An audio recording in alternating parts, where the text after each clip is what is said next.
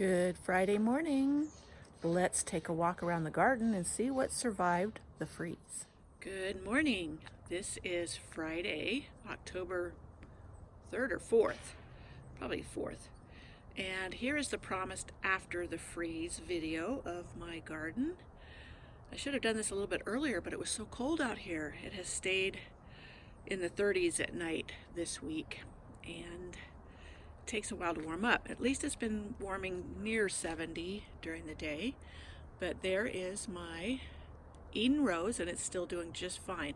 All of my plants up here by the driveway that is cement and by the road all seem to be doing fine. I think it's the warmth that they absorb during the day and then release it at night that's helping to keep these plants going.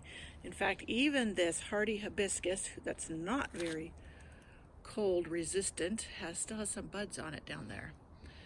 So if it warms up any, maybe I'll actually get a bloom. I'm not going to hold my breath though, because it's just getting later into October. Anyways, my Zinfandel hydrangea just got more vibrant in color. It didn't hurt it any.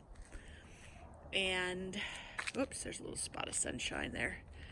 Like I said, I should have done this earlier when the sun wasn't over the trees yet. But my butterfly bush is doing great. It does have a lot of dying buds, so I need to cut it back, deadhead it. I got a new one. I'll share my plant haul that I got yesterday. I went to a friend's house. We were digging up perennials of hers that she wanted to divide, and I brought home a whole bunch of plants I've been wanting to add to my garden and just hadn't yet. So I probably have a few $100s worth of plants that I got for free. So down there in front of my front porch, I hung a rug out there to let it dry, but my bobo hydrangeas down there just didn't do real great, and I think they don't get enough sun.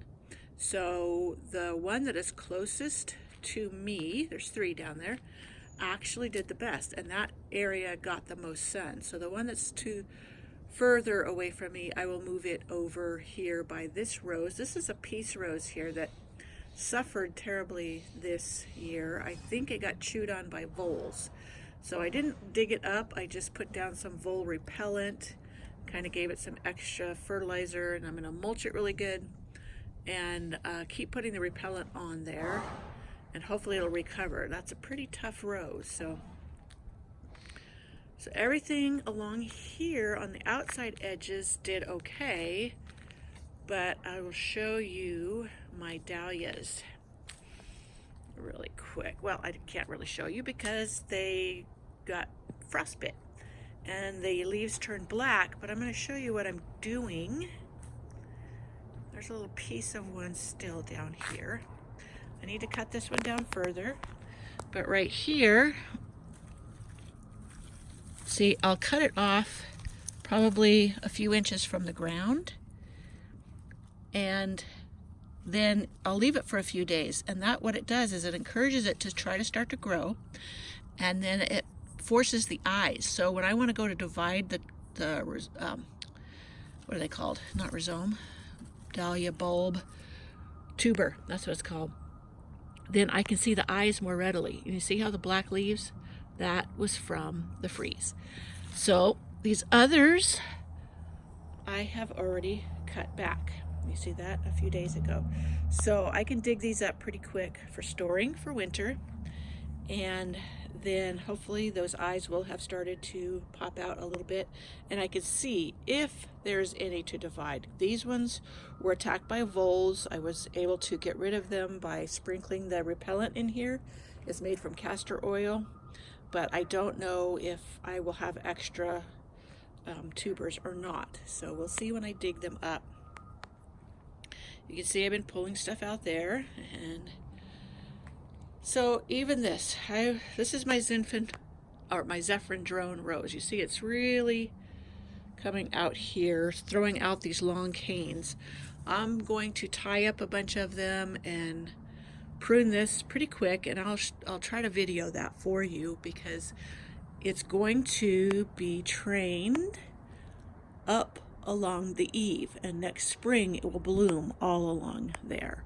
So I want to get to that. And even though it has powdery mildew, the powdery mildew doesn't hurt it. I will strip the leaves off and spray the canes with a baking soda based spray, and that will treat it for that powdery mildew. And it'll be fine, and it won't hurt the birds or anything like that. So here's my Crown Princess Margareta rose. It's kind of getting bleached out by the sun coming over, but it's doing beautifully right now, and the frost did not seem to hurt it any. And my Warsaw Nike's still going. Excuse me. But there's some pieces that got kind of hit with the freeze. You see here's some little, but they're most of it up against the wall seems to have done well.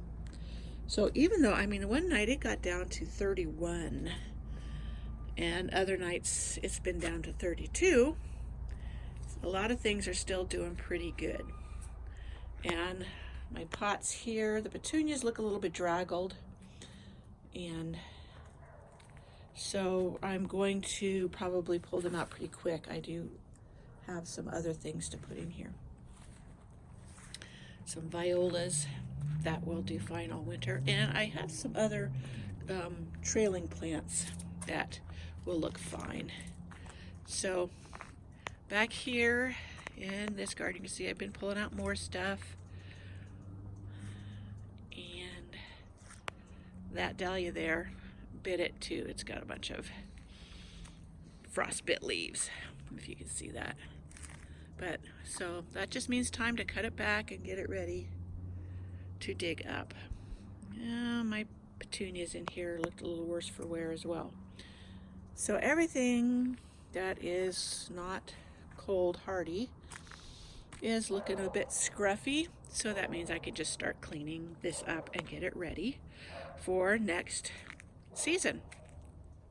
The layout's going to change a little bit, and I'll share that eventually. I've got another pathway to put in, but even these poppies here, they're pretty much done. So I was trying to let more of the seed pods dry and drop. So here's some seed pods. These later seed pods are smaller than the ones from a ways back. They were much bigger, but that's okay. They still have plenty of seeds in them.